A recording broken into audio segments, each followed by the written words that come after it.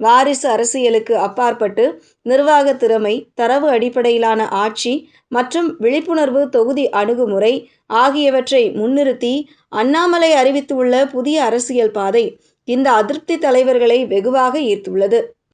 திமுக மற்றும் அதிமுகவின் முன்னாள் அமைச்சர்கள், மாவட்ட செயலாளர்கள் உள்ளிட்ட முக்கிய புள்ளிகள் அண்ணாமலையின் இயக்கத்தில் இணைவதற்கான பேச்சுவார்த்தைகளை முன்னெடுத்து வருவதாகவும், இவை இறுதி கட்டத்தை எட்டியுள்ளதாகவும் சென்னை அரசியல் வட்டாரங்கள் தெரிவிக்கின்றன.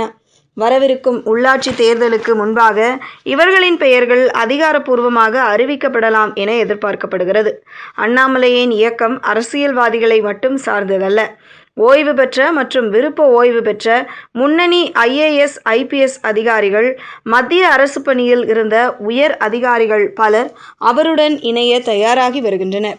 முன்னாள் IPS அதிகாரியான அண்ணாமலை நேர்மையான நிர்வாகத்தை வலியுறுத்துவதால் இந்த அதிகாரிகள் தங்களின் அனுபவத்தை மக்கள் நலனுக்காக பயன்படுத்த இந்த இயக்கத்தை சரியான தளமாக கருதுகின்றனர்.